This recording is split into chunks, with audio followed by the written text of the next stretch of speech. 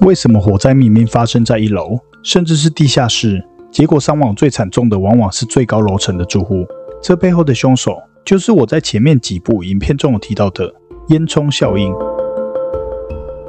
大家好，欢迎来到消防球上。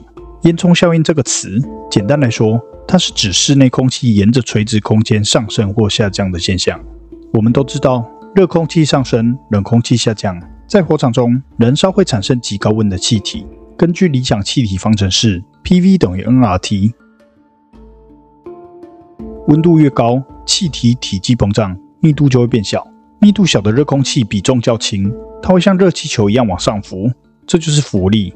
室内热空气上升，会在上层产生正压，所以把气体往外推。这时候底层因为空气被抽走了，会形成负压，外面的空气会补进来室内，而出现往内吸的力。这导致外部的新鲜空气从底层门窗被吸入，进一步助长火势，而高温浓烟就会沿着垂直通道加速向上冲。这时候，你家大楼的楼梯间、电梯井就变成现成的大烟囱，里外温差越大，楼层越高，这个抽风机的力道就越强，速度可以达到每秒3到5公尺。如果是一栋10层楼高的公寓，浓烟从1楼跑到顶楼，理论上只需要6到10秒钟。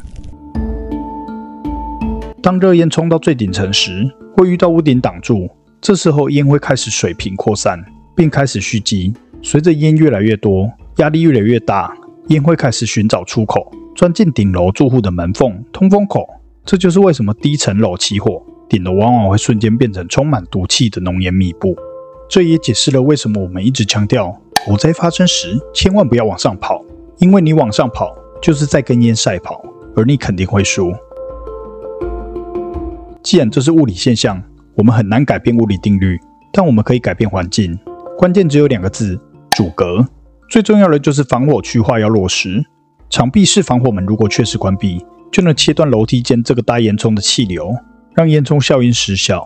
这个案例在高雄城中城跟彰化桥有大火就能清楚看到了。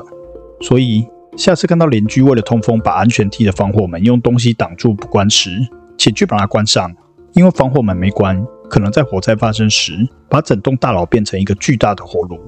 今天的讲解就到这边，如果喜欢我的影片，记得订阅跟分享哦。下次再会。